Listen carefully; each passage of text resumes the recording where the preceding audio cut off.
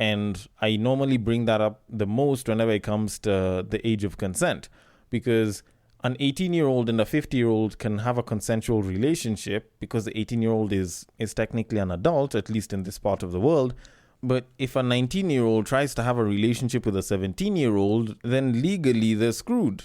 If you're morally screwed like the 18 and the 50-year-old, people can go and complain and shit, but for most of it...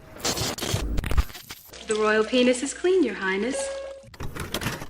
Welcome to the Breakdown Podcast, where I talk about love, sex, and relationships from a guy's perspective, as well as a bunch of other guy shit. The man on the mic is a man who might find it hard to breathe if you've got that asthma. He is also a man who has been considering running your mouth as a form of cardio. It is none other than your tall, dark, and mildly handsome man, Sir Denver B. This episode has come through with me feeling a little bit controversial because guess what? I'm going to start blurring the lines and, play a game where I dance on the cliff and hope that I do not fall and sound like a pile of shit with whatever it is that I'm about to talk about. Because I've got a dilemma that I need to talk about first before I get to the main topic. And with the main topic, I do intend on bringing up a question and a topic that I normally tend to discuss. I do have a problem discussing cheating because it is cheating that I'm going to talk about. But I'm going to look at it from a very different angle, and it's because it was inspired by something very different, but also raise some questions that might make someone feel like I am on the side of the oppressor and not the victim. But then again, if you do like it, if you don't like it, if you hate it and you feel like I've fallen, or if you want to give your feedback or suggest something I should talk about, then the social media links that are usually in the description below are how you can hit me up. And should you not want to use social media, usually that is the link at the top of the description which says give feedback here, which will allow you to give feedback to me that I can check out without having to go through social media or to social media so that I can find it. And with all of that said, I should probably have started with the main topic. But then again, considering that it is something a bit juicy and I do want to whet your appetite a little bit and, discuss something that can tread the lines in a bit of an interesting manner, I want to first get into a discussion of morality versus legality. Now, I have spoken about this before and I have brought it up before, but most times whenever I'm talking about it, it's usually in line with sex, interestingly enough, and mostly in regards to the subject of the age of consent. Now, it's not like I say that, the age of consent should be pushed low or high or anything. I do sometimes question it and wonder if maybe we should have a gray line for people of certain ages where they can be allowed to move up and down the age range. But all in all, I do acknowledge that for a lot of young people that are out there is a morality versus legality issue that definitely needs to be discussed. But I digress. Now, the issue of morality versus legality in this particular case wasn't even with the age of consent. I'll get to that probably a little bit later. Now, the issue that came up was actually in regards to a Japanese man who supposedly, quote-unquote, kidnapped two junior high school girls to teach them the real estate business. Now, this story did garner quite a bit of attention in some parts of social media, so much so that I felt I should probably discuss it. Now, the story itself reads, and I quote, Hiroaki Sakaue, a 37-year-old Japanese real estate businessman, was involved in a highly unusual and controversial case in 2019. Sakaue was arrested for kidnapping two junior high school girls, but his motivations were not what one might expect. Sakaue met the girls through social media where they had expressed a desire to run away from home. He convinced them to come live with him by offering to take care of their living expenses and promising to teach them about real estate with the intention of eventually employing them in his business. The girls lived in his apartment for several months, during which they were reportedly allowed to contact their parents and were not physically restrained. Sakaue provided them with food and a place to stay, all while encouraging them to study and learn about the real estate business. The case garnered significant attention because it blurred the lines between a criminal act and a bizarre, misguided attempt at mentorship. The girls were free to leave and were in contact with their families, yet Sakaue's actions were still illegal, leading to his arrest. End quote. Okay, now, it's situations like these that do bring up the whole question of legality versus morality, and to some degree, in as much as you may want to say what he did was still wrong, I have other questions, like, which parent was the one who decided to continue pressing charges against the guy? Like, I feel like if I got my kid back after a bit of a while, and they have a bunch of real estate knowledge that they can use to work and make a bunch of extra money. In as much as, they may have said that, the guy kidnapped them, if they were treated well, and if they got to contact me and stayed in contact with me, then I probably wouldn't have that much of an issue. Honestly, I'd probably treat it as like some version of a boarding school. But then again, I am not a parent, and I definitely would not understand the situation that their parents were in. But it does bring up the whole question of morality versus legality, because the guy did technically kidnap them because they were taken against their will. By their will, I mean the parents' will, because when you are a minor, all consent and responsibility is given to your parents or remains with your parents up until you become a legalized adult. And it is something that does kind of make this guy's situation seem pretty tough, because yes, you could say that the guy did treat them well, and the women or the girls can say that they were treated great and they didn't have, any issues staying with the guy. If they wanted to leave, they could have left at any time.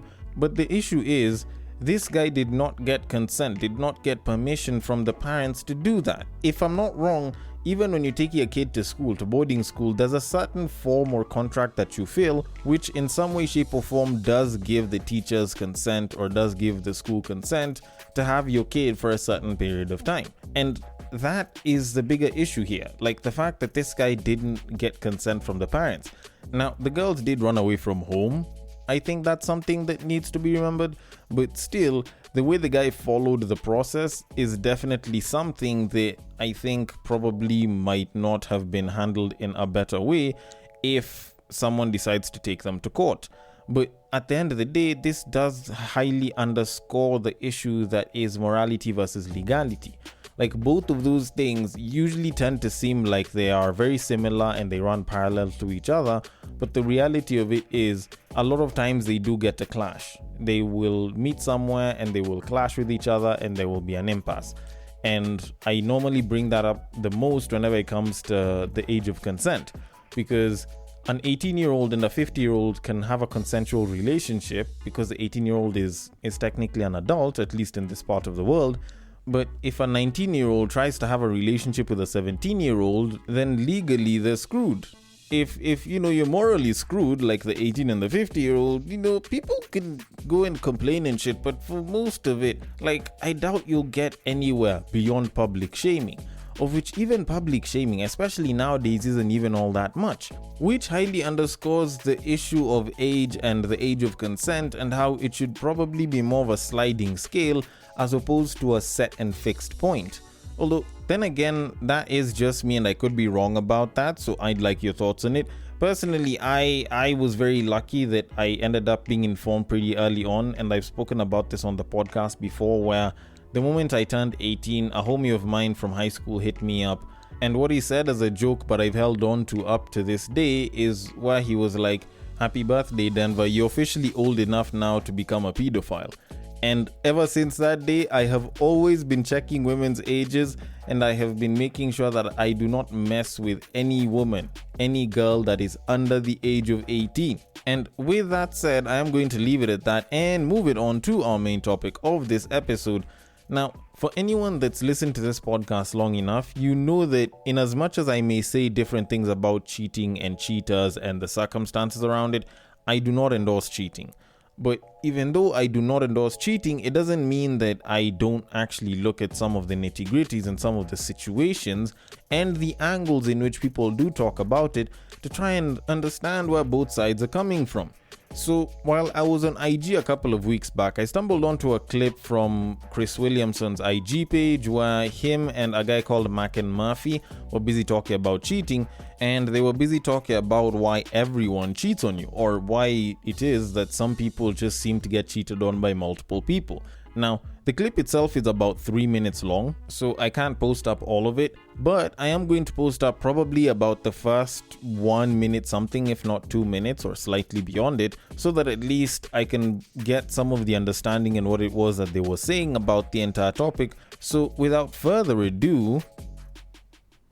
Is there such a thing as a repeat infidelity victim? Some people always get cheated on.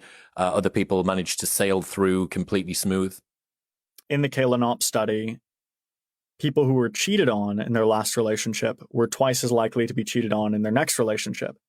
And some people hear that and they think of it as like, oh, that's just lightning striking the same spot twice. Oh my gosh. But the truth is that lightning does tend to strike the same spots because there are things that affect the probability of where lightning hits. So this isn't victim blaming, but it's possible that someone is very low skilled in mate guarding, let's say. They just don't do that effectively, and so they consistently get cheated on. Or another thing, like we often see that people are attracted to narcissists. We know that narcissism co-varies with infidelity. And so if you're someone who finds, super cocky guys really sexy, well, you're going to pick those guys over and over again, and then you're going to end up picking a trait that co-varies with infidelity, and so you become repeatedly victimized to it. Again, not victim blaming, just stating the reality that sometimes people's strategic decisions have an influence. Another possibility, though, is that this is based on self-reports, right? Did you get cheated on in your last relationship? Did you get cheated on in this one? And it's plausible to me that some people are too suspicious and over-report infidelity, or some people are just really good at catching cheaters. Like they've got a skill there. And so, everyone, maybe the rate of getting cheated on is relatively evenly distributed between the two groups, but the group that gets cheated on a lot are constantly catching it. It's plausible to me that, if you're someone like myself, for example, who wouldn't go through their partner's phone, right? I would just feel like that was like a gross thing to do. I can certainly imagine I'm not going to say I've never done it or that there wouldn't be circumstances where I could, but just that that would be something that I would find very aversive. There would need to be some really legitimate reason. Well, then maybe I'm more vulnerable to infidelity, but I'm also just more vulnerable to not noticing it. So there is this effect where people who get cheated on in the past are more likely to get cheated on in the future, and people who haven't been cheated on in the past are less likely to be cheated on in the future. So winners keep winning and losers just lose more, right? That seems to be the case. But it could be a detection bias. It could be as you like to say, a skill issue, just not good at. It is a skill issue, man. Okay, quite a bit was spoken about that. Yes, they did mostly focus on why it is that everyone cheats. And, maybe the title of this podcast might be a little bit wrong, depending on what I decide the title's gonna be. But there is quite a bit to be broken down from what was said. Now, first of all, I listened to a lot of what this guy said, and to be quite honest, it does justify something that I do normally tend to tell a bunch of people. Like, whenever you sit down and you talk with people and someone is like, have you ever been cheated on before? And, did your ex ever cheat on you? I never usually say no. I usually just say I don't know. And whenever people are like, what do you mean you don't know? My answer is usually pretty much a very straightforward one, where I'm like, I usually don't check my partner's phone, and it's not like I have been cheated on openly. So whether it's happened or it hasn't, I wouldn't entirely know. So a lot of the markers that I'd probably need to pick up on, I probably didn't pick up on them, because it's not like I got to a point where I was actually looking for evidence of it happening. And a lot of people like to believe that if your partner is cheating on you, if you love them hard enough, then you'll probably know. But the reality of it is some people are just really good at hiding shit. So trying to bring up the whole, my partner's cheating on me, or, my partner doesn't cheat on me, you can never really know for sure. You just trust that the person isn't doing it. You have a certain amount of faith. Some people might choose to go down the path of checking their partner's phone and shit. If you're into that thing, that's entirely a you thing. But there's a certain amount of faith that you have to have, and trust that you have in your partner, that they won't end up doing that kind of thing. And you kind of have to reinforce it by being a particularly good partner, because in as much as people will talk about cheating, one thing that I don't think a lot of people do talk about, which was mentioned on this clip, just not as openly as a lot of people would think it was, is the idea of you doing what you can as a good partner to make it such that your partner doesn't cheat on you, or doesn't want to, or would probably make it a lot less likely that they would. And it kind of does bring up the whole question of, can you prevent your partner from cheating? Which is actually a bit of a complicated question, because it involves a situation that you do not have as much control over, but you still have a little bit of control over. And to explain that further, you need to bring in the idea of mate guarding and or mate retention. Now, this guy did actually explain mate guarding pretty well. The whole idea that you do certain things, especially if it's in public, so that you can signal to other people and other possible options or competition to you that your partner is your mate and is yours and they should not mess with them, which should possibly deter them. But then there's also the concept of mate retention, which I think could possibly be the same thing. I'll need to definitely look into it a little bit more, which is a term that I have heard being used by a psychologist that was also on Chris Williamson's podcast called Chris Adams, who was talking about how after a woman's been with you for a couple of years, it gets to a point where their sex drive actually goes up. And the reasoning behind it, the whole understanding behind it, is for the sake of mate retention, in that they want to give you more sexual satisfaction so that you do not end up going to sleep with other women because you're not getting enough or you're sort of tired of just the same old boring shit. Which I guess when you kind of think about it, might actually be a very plausible and true thing. Now, I haven't met a woman who's been with a guy for that long to question this completely on, but it is something that I do kind of look at, and it does actually make quite a bit of sense. The idea of you doing more biologically, subconsciously, such that you can retain your partner makes quite a bit of sense. And the thing is, most people nowadays usually don't make it seem as though they actually exercise some version of mate guarding or mate retention. Like, a lot of people are like, oh, I'm not going to do blah blah blah because I don't want my man to cheat on me. If they're going to cheat, they're going to cheat. And if they cheat on me, I'm going to drop them. And that is the belief system that a lot of men and women have. And this whole idea of I'm just gonna act like myself, I'm just gonna be myself and not make any moves towards this, like, you hear people talk about it a lot, but the reality of it is mate guarding and mate retention are things that you find a lot of people in relationships doing, not even just from a conscious level. A lot of it does tend to be very subconscious, which does actually make quite a bit of sense. So, for example, from a mate guarding perspective, especially when you're in public, there's people that will exercise quite a bit of PDA, especially at like the initial stages of the relationship. And when you look at it, when you kind of think about it, it does actually make sense as a form of mate guarding, because when you're doing a bunch of PDA, the people that aren't interested in you guys might find you uncomfortable. But the people that might be interested in you or your partner know very well that your partner or you are spoken for, and thus they will need to avoid, or at least they will feel that sense of, I don't want to be the one that's gonna try and break this up. Or even though they feel that way, they have this instinctive feeling that it might actually be a little bit harder. So at the very least, it should deter some competitors to a certain degree. And you kind of think about the whole idea of mate retention.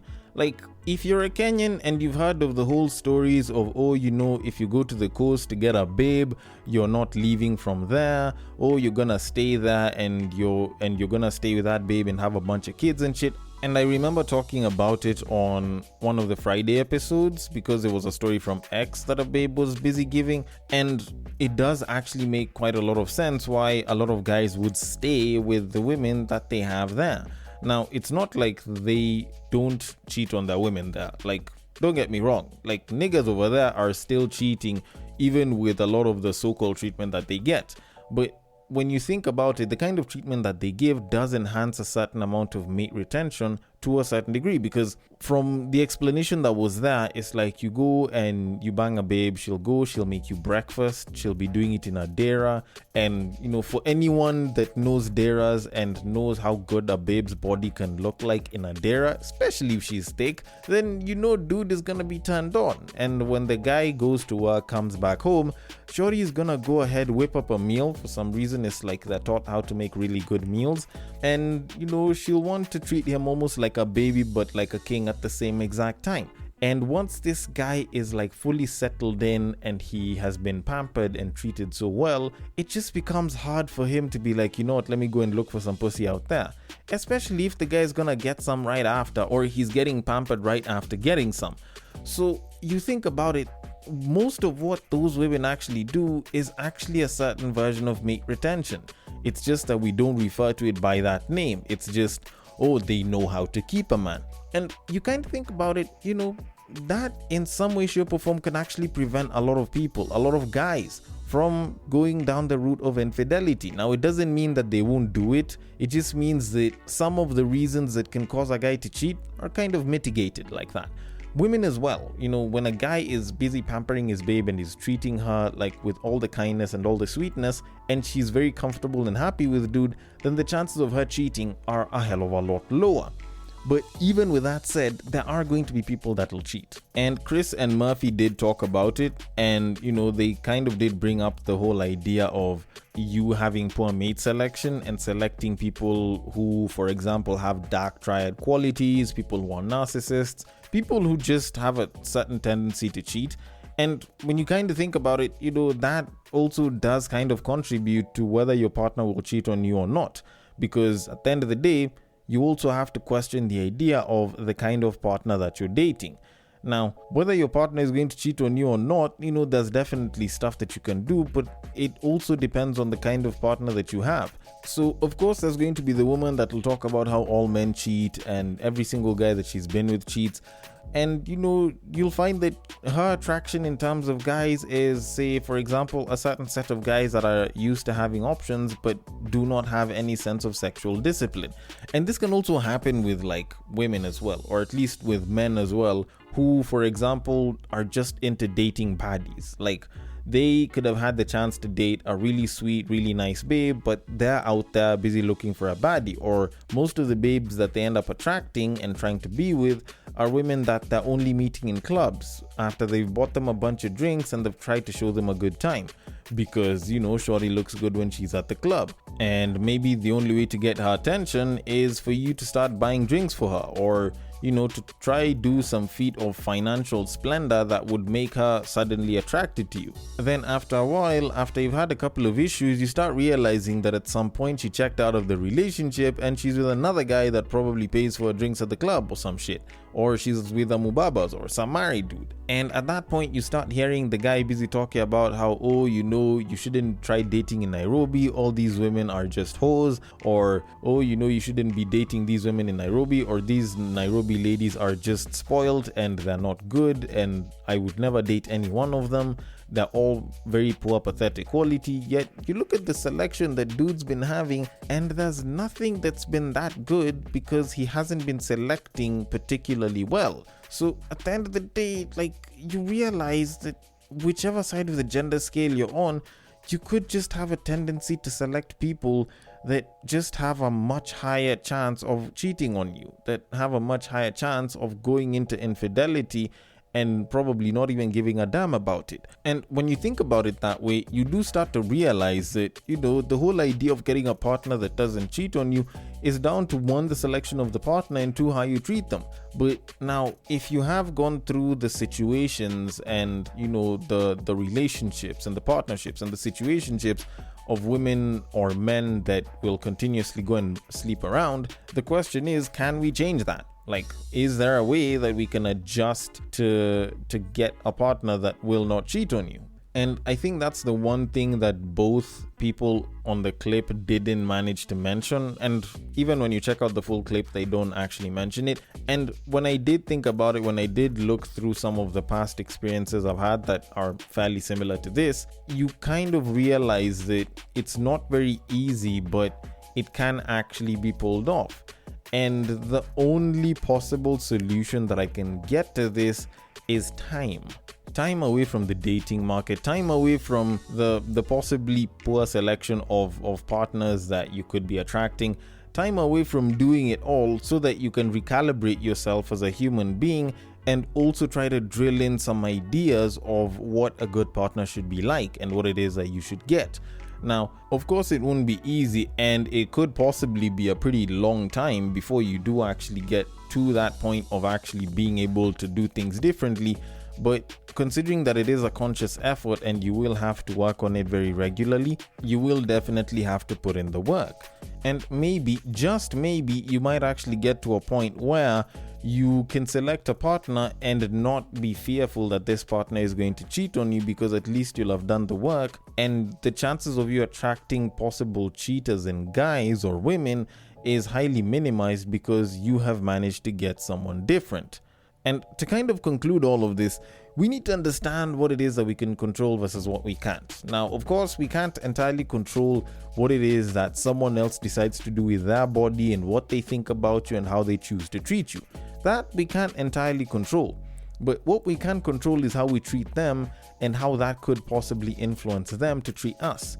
Now, if we treat our partners well, if we give them the love, the respect, and whatever it is that they're asking for to some degree within your certain set of capabilities, then there's a very good chance that your partner may actually not cheat on you.